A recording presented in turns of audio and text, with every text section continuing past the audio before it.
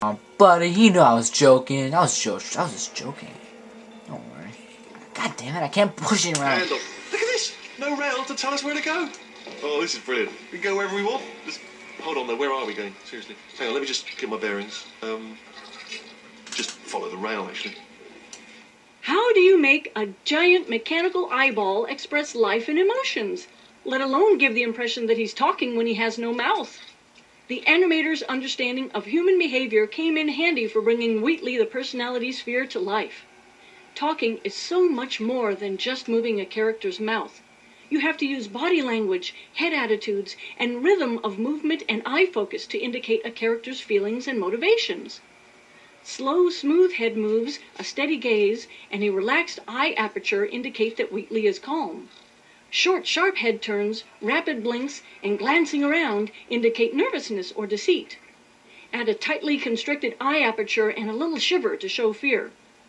Tilting the body away while keeping the eye focused on the player signals an attempt at cleverness that ultimately only fools Wheatley himself. Suspicion is communicated by squinting his eyelids and handles, which function as very expressive eyebrows and cheeks. It's also fun to remind the player that Wheatley is a machine.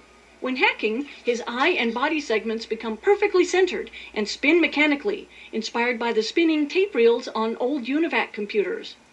And when he wants to look far in front, he flips his eye all the way over to the other side of his head. This animation approach, combined with the writing and vocals, makes Wheatley quite a unique and entertaining character. Part human, part machine, all eye and no brain. Hey. Okay. Sorry for the interruption. What is he saying? Model for codes. Oh, no. Wait, what? Got Gears of War. Gears of War. Oh, maybe nobody has taken it yet. Look at the codes. Look at those codes. Gears of War 3 codes. And you're off, boy. Oh no. Yes, hello, we're not stopping. Don't make eye contact, whatever you do. No, thanks, we're good. Appreciate it. Keep moving, keep moving. My eye is hurting from that laser. It'd be funny if we drop him. That'd be pretty cool. Stretching up my body, stretching up my body, stretching up my body.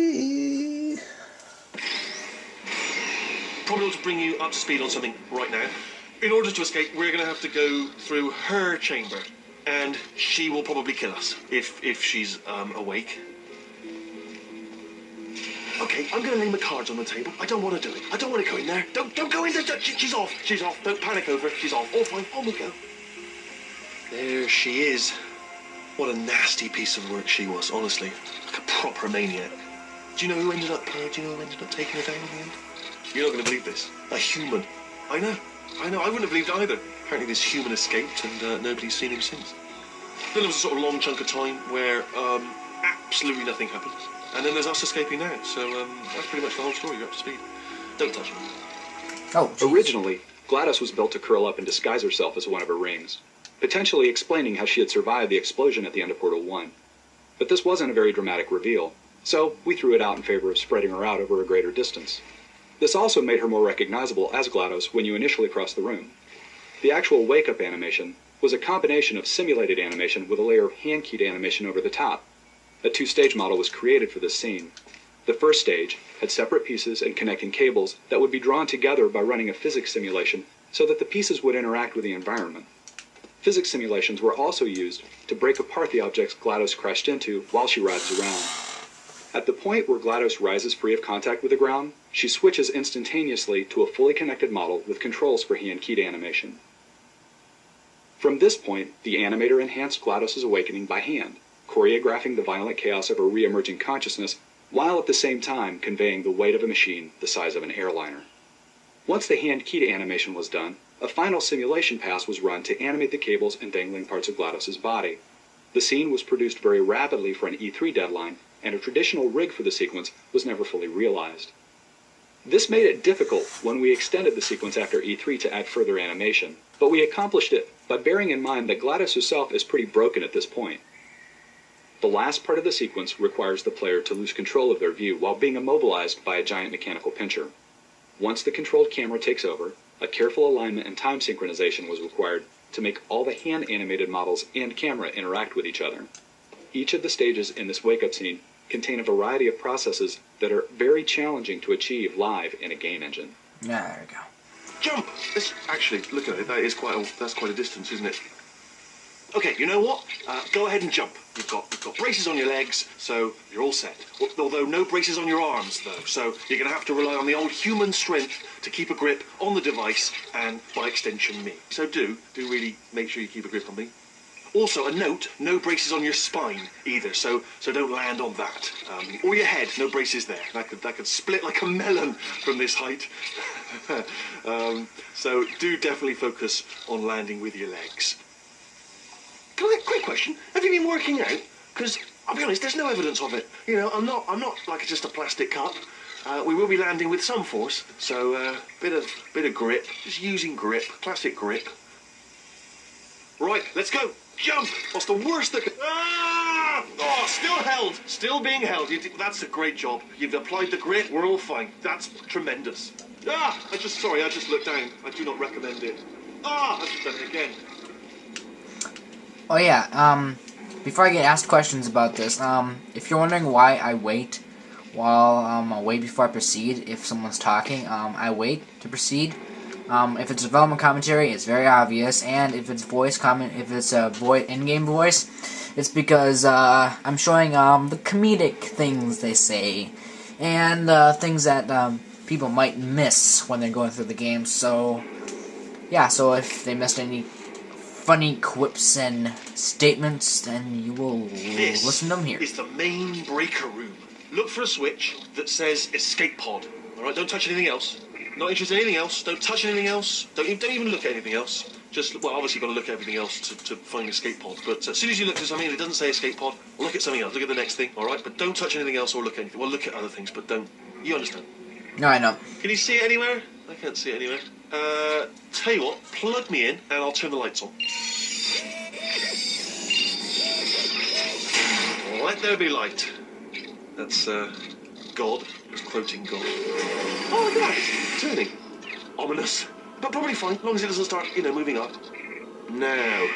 Escape pod. It's moving up.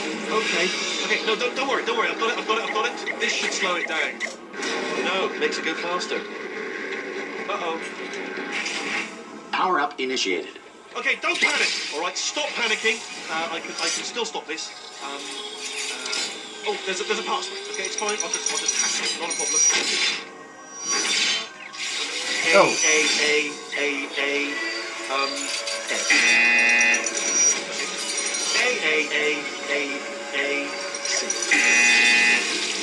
Wait, did I do B? Did you okay, start writing these down. Power up complete.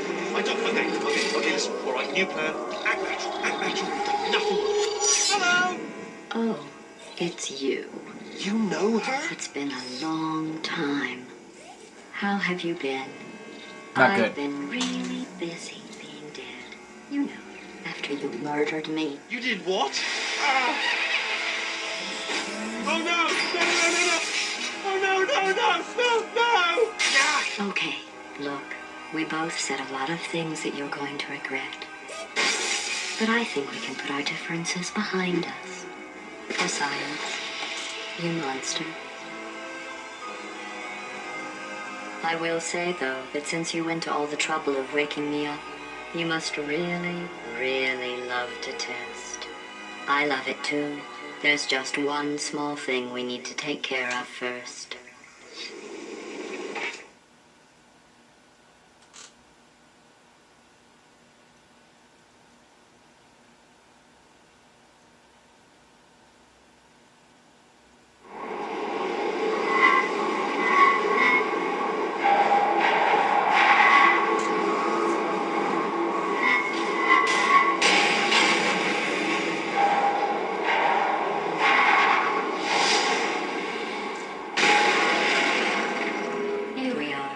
The incinerator room.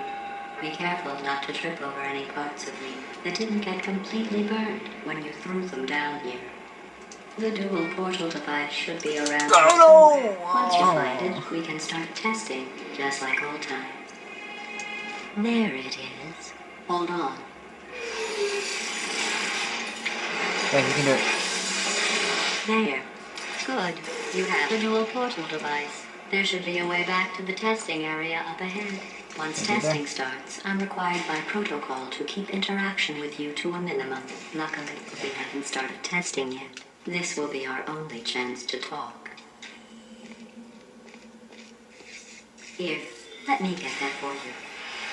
Do you know the biggest lesson I learned from what you did? I discovered I have a sort of black box quick save feature. In the event of a catastrophic failure, the last 2 minutes of my life are preserved for analysis. I was able, well, forced really, to mimic you killing me again and again, forever. You know, if you'd done that to somebody else, they might devote their existence to exacting revenge. Luckily, I'm a bigger person than that. I'm happy to put this all behind us and get back to work. After all, we've got a lot to do, and only 60 more years to do it. More or less. I don't have the actuarial tables in front of me. But the important thing is you're back, with me. And now I'm on to all your little tricks. So there's nothing to stop us from testing for the rest of your life. When the player first encountered the robot arms, we wanted to convey that they were still coming back online. The idea was that GLaDOS was just waking up. I can't do it again. When the player first encountered the robot arms, we wanted to convey that they were still coming back online. The idea was that GLaDOS was just waking up and hadn't yet fully regained control of them. Slowly over the course of the first few levels of this act, she gets more sure of herself, and her ability to alter and mess with the lab increases.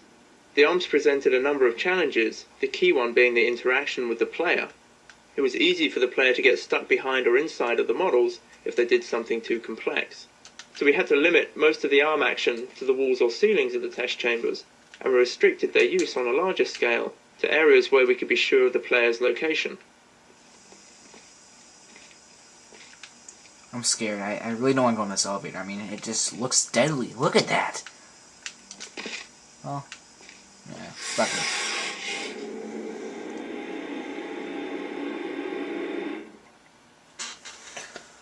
Oh my god. She's the fucking evil bitch. She's the evil.